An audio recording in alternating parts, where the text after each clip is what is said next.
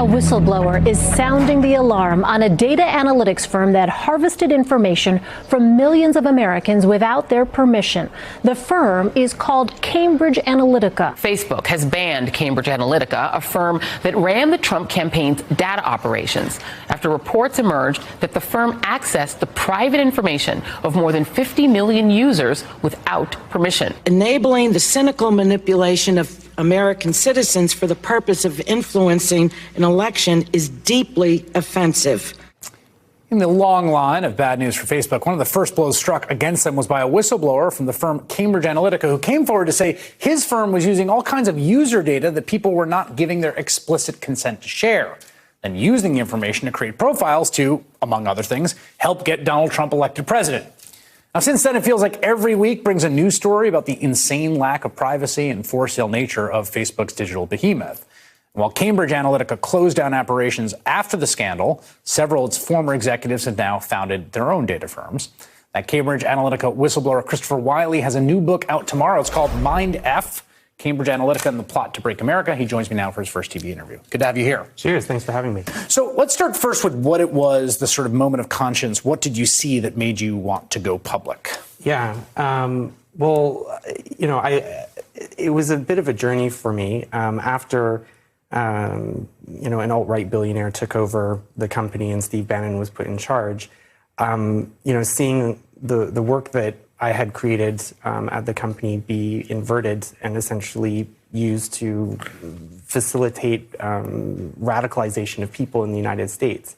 And I think, one of the sort of more vivid moments is actually looking at video footage of people in focus groups or at events. And these were people who were targets of the company who had gone from just, regular Americans to being so filled with rage and looking at what they looked like when, they were talking about conspiracy theories and just highly racialized thinking and just I took a step back and just said, what am I working on? This is not right. So Mercer, who's the billionaire, right-wing billionaire, and Steve Bannon, who had sort of both worked in Cambridge Analytica in tandem with the Trump campaign.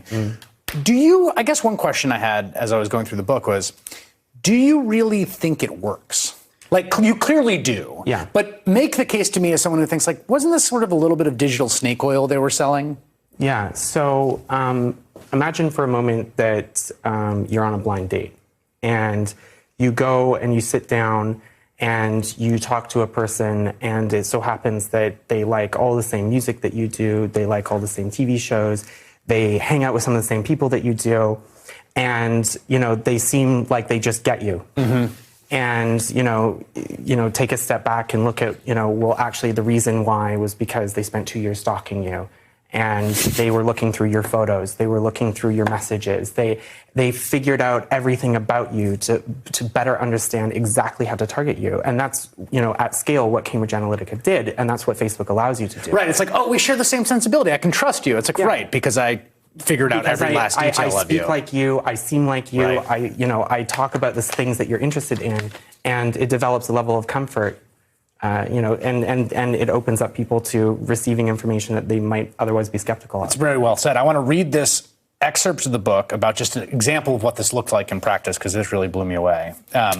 The chief technology officer typed in a query and a list of links popped up. He clicked on one of the many people who went by that name. It's just a random name in Nebraska. And there was everything about her right up on the screen. Here's her photo. Here's where she works. Here's her house. Here are her kids. This is where they go to school. This is the car she drives. She voted for Mitt Romney in 2012. She loves Katy Perry. She drives an Audi. Not only did we have all her Facebook data, we were merging it all with the commercial and state bureau data we'd bought as well, and the imputations made from the U.S. Census. We had data about her mortgage applications. We knew how much money she made, whether she owned a gun. We had information from her airline mileage programs, so we knew how often she flew. We could see if she was married, she wasn't, and we had a satellite photo of her house easily obtained by Google Earth. Is everyone's information now down to that granular level? And more so. This is what Cambridge Analytica was able to procure in a couple of months. But, if you look at what Google has on you, what Amazon has on you, what Facebook has on you, it's a lot more than a lot of people realize. You travel around with a tracking device on your phone. And, if you're able to access that, you can access a lot of information about people. how distinct, I guess, was what Cambridge Analytica, which has since been shut down amidst the controversy here, and which seems to have been sort of exploiting Facebook loopholes, which it's unclear whether Facebook sort of knew or didn't know about. How distinct or unique what they were doing compared to other firms in the same space? I think they, pushed a lot of ethical boundaries, and that was in large part, Steve Bannon's doing. A typical campaign doesn't set out to identify people who are more prone to paranoid ideation, for example. This is what this firm did. I mean, if you look at the alt-right is a movement based on conspiratorial and paranoid ideation, people who don't think in a normal way. And that is not a normal aspect of campaigning. And secondly, this is a company that was engaging with all kinds of, people with, who were working in Russia, who were academics in Russia, who, with Russian oil companies, people who have now been indicted by the Mueller investigation, who were working with, business partners who used to be, Russian intelligence operatives. So you had a company also that was very much interfacing with lots of different Russian officials all throughout the time that they were modeling this data. And that's not, well, at least I would hope that's not a normal thing that a campaign does. It's funny, you had this, there's a mention of Rudy Giuliani who shows up in the book. Yeah. In his law firm basically warning about, this back in 2014, where you copied on a confidential memo in which he's actually warning about U.S. law and registration of foreign agents. You say you were copying a confidential memo, Bracewell and Giuliani, the law firm Rudy Giuliani. The memo is emphatically clear. Foreign nationals are strictly prohibited from managing or influencing an American campaign or PAC. Yeah, thanks, Rudy. The memo recommended that Nix, who's the UK national who, of course, is the head of it, immediately recused himself until loopholes could be explored. Yeah. So but the company, that was sent to Steve Bannon, that was sent to Alexander Nix, all the people running the company, and they just ignored it. So they said, thanks, but we're just going to, ignore this piece of advice. So this was a sort of lawyerly red flag that you guys are skirting close to the law? Well, I mean, it is unlawful in the United States to have, non-U.S. nationals running or influencing in a significant way American campaigns, and that's literally what Cambridge Analytica was. There were very few Americans that were actually running it day to day. I mean, the head of it was not American, and most of the executives weren't American. And yet they were Steve Bannon was American, but that was about it. And they were they were essentially the kind of, you make the argument, the kind of analytic engine behind the data program of the Trump campaign. Yeah, but not just the Trump campaign. Steve Bannon is a believer in the Breitbart doctrine, so he believes that politics, flows downstream from culture. So, it wasn't just a particular moment or a particular election that he wanted the company to work on. It was to really change the nature and the fabric of how people in America see themselves and see what the country is.